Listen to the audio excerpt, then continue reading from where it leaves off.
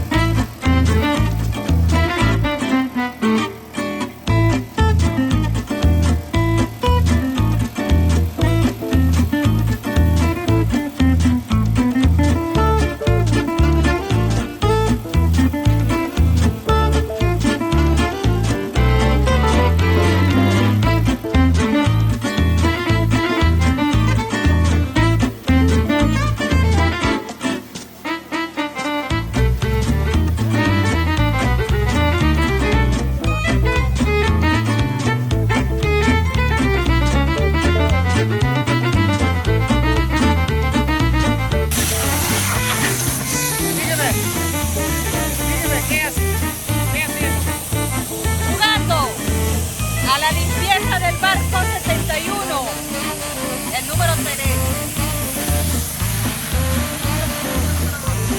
Número 2.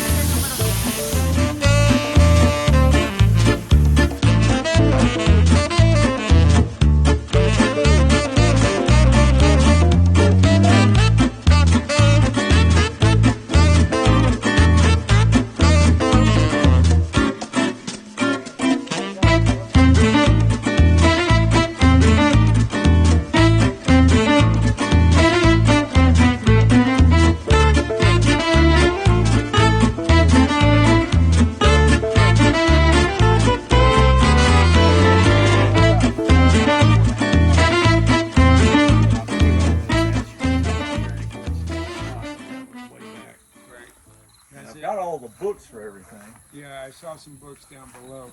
Do you have, was this like in lake only, or was Yeah.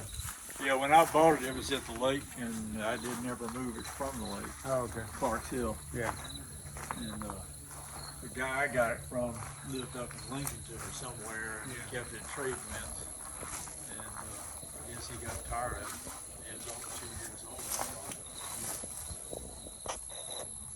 But I think he was thinking about racing or something. That's why he bought the Spinnaker. And I had it up once, and I said, that's a crew-operated sail. I don't think I want to try that by myself again. Yeah. Charles, tell me about the name. The name of this boat? Yes, sir. That was my dad's middle name, but that's what he went by. And he was in the Boy Scouts in the, I guess, the late 20s and early 30s. And he and both of his brothers were Eagle Scouts. And then they got a sail, they troop, I guess. I don't know how the Sea Scouts work, but they had a sailboat, and they were Sea Scouts. And then my dad finished high school, and he went to college, and then he paid his way through dental school and went in the Navy in 1943. And he was a part of the invasion of the Philippines when they took it back from the Japanese in '44. Was he a dentist? Yeah, he was a dentist in the Navy. In the Navy. But he was attached to the Seabees. Okay. And the So he was a Seabees- hardcore. Yeah. Hardcore dentist. He was the interrogator. Yeah. Talk. Is it safe? Is it safe? And anyway, the Japanese, they had a parachute invasion while he was there. And I've got some old parachute silk at home. Oh man. And anyway, he retired in '65. It seemed like I think he was a lieutenant after the war was over, and he decided to stay in the Navy. And so we went to Annapolis, where he was one of the dentists at the Naval Academy, and my oldest sister was born there. And then he went to 2 different ships out of Norfolk, and my middle sister was born in Norfolk. Right on. And then, let's see, we went to Pensacola, and then from Pensacola, we went up to Bethesda. He took some postgraduate courses up there. War college, maybe? No, it was postgraduate in the Okay. medical dental Right. field. Right. And then he got transferred to Guam, and we went and lived with a relative down in Louisiana until he telegraphed and told us we had a house. And so we got in a car. We were living with an aunt, my mother's aunt, and so we got in the car and drove to San Francisco in '54. I don't know what time of year it was, and got on a Navy ship there, and then we went down the coast and picked up troops going to, I guess they were going to Korea.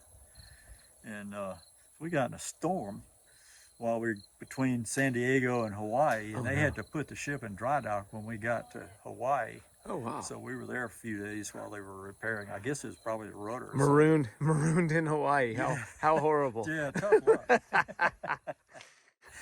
And then we went on to Guam. It was in the middle of the school year. I started the 4th grade in Rockville, Maryland, and I was in school in Mount Gibbsland, Louisiana for, I don't know, maybe a month.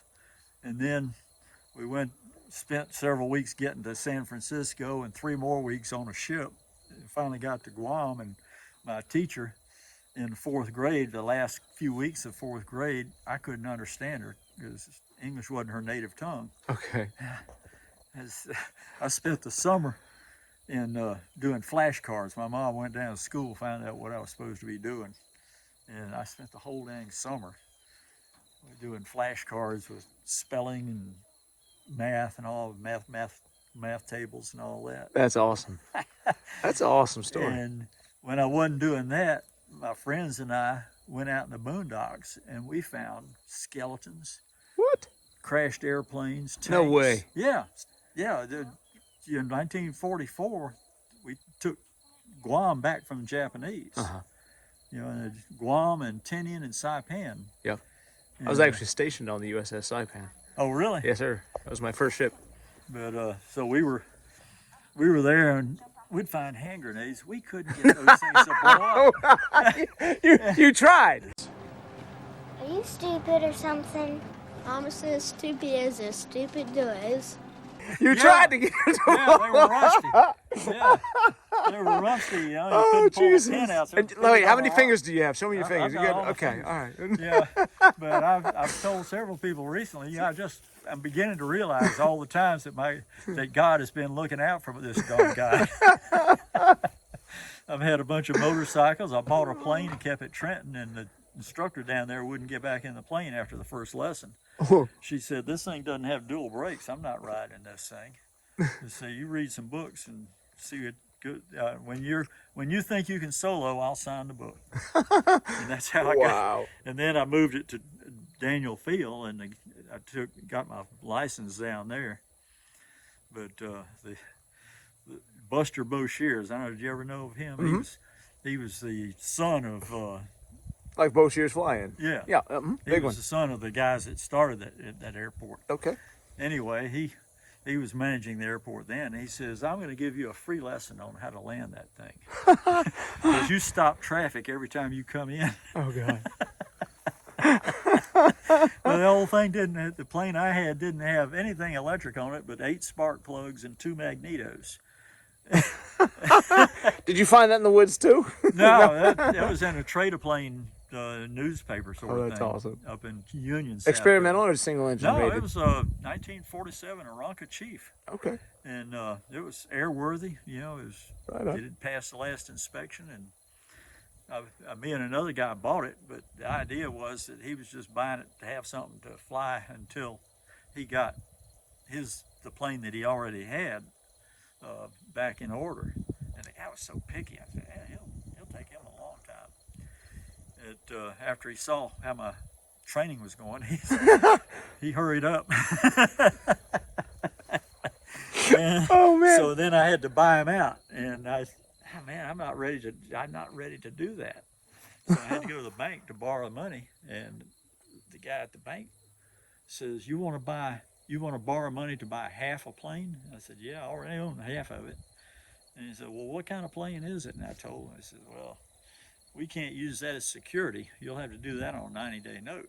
Oh man, I can't pay that thing off that quick. And he said, well, I'll work with you. We'll do it. We'll redo the 90-day note every 90 days. Okay. You pay off a fourth of it and the interest. And then we get a new note and a new note. Now, if I was able to do it.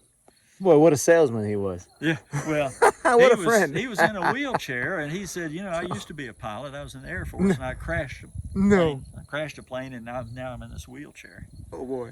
Don Metz, he was a banker, he was from North Augusta. And in fact, Wow. my wife taught his children. She was a school teacher when we got married. Good guy. Well, we spent the rest of the afternoon talking about possibilities, up, down, left, right. Ultimately, I think that we are going to decide not to take this project on right now until we finish the bass boat. It's an awesome gesture, and he's very, very kind. I have one sailboat in my But garage, it's just a little much. and it's been there You know, for thinking years. about Oh, no. everything that he talked about, his history and such, he just really appreciated his time and everything. So it's probably something we may end up doing in the future. Not sure if right now is the right time. But we'll keep you posted on all that. Thanks for watching. Don't forget to like, subscribe, comment, and we'll see you next time, fam.